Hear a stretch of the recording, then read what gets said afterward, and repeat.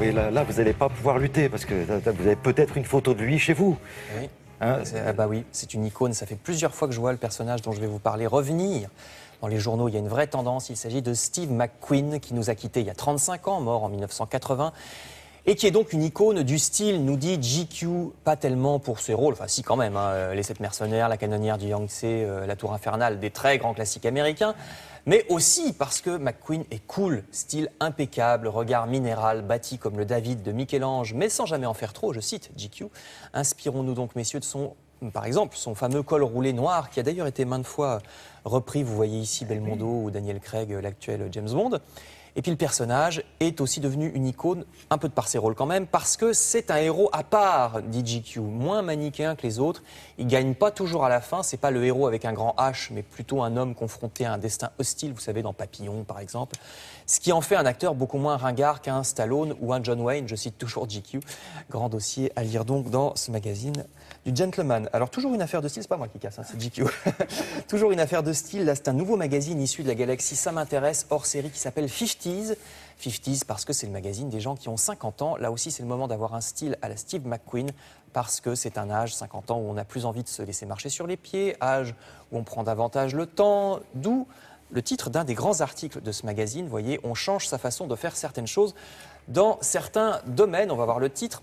Ils sont partis d'une étude selon laquelle 90% des gens de 50 à 70 ans ont toujours une vie intime de nos jours, alors que ce n'était que la moitié il y a une quarantaine d'années. Donc je ne rentre pas dans les détails à cette heure où les enfants nous écoutent. Je vous renvoie au journal qui décline dans tous les sens ce côté pouvoir aucun cas.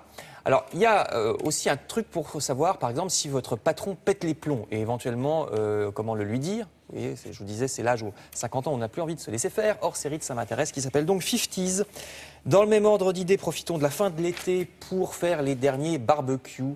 On arrive à un âge où on a envie d'envoyer promener non pas son patron, mais les éternels chipolata et merguez. Je reviens donc à GQ, qui vous conseille et vous guide pour votre premier barbecue de homard. Ça s'appelle larguer les homards. Ça marche aussi. En toute simplicité. Ça marche aussi avec d'autres crustacés moins chers si on n'a pas envie de se ruiner en homard. Le grand truc étant le temps de cuisson, parce qu'on passe vite, vous savez, avec les crustacés, du pas cuit au caoutchouteux.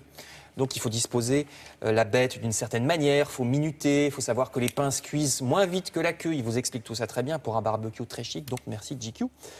Je termine toujours pour profiter des belles soirées d'août avec un des derniers festivals de l'été que vous conseille Marie-France. Ça s'appelle les Nuits Romanes en Poitou-Charentes. Plus de 170 manifestations diverses. En fait, c'est dans tout Poitou-Charentes.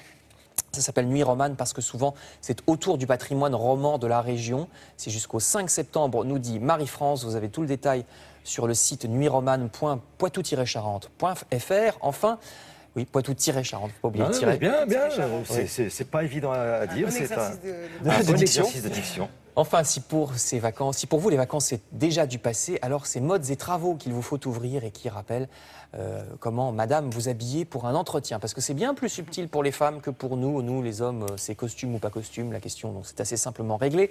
Pour une femme, il y a plein de variations, tous les conseils donc en fonction de l'entreprise où vous postulez dans modes et travaux. Merci beaucoup Frédéric. Voilà, vous avez de la lecture pour le week-end. Tout ça conseillé par Frédéric Vion.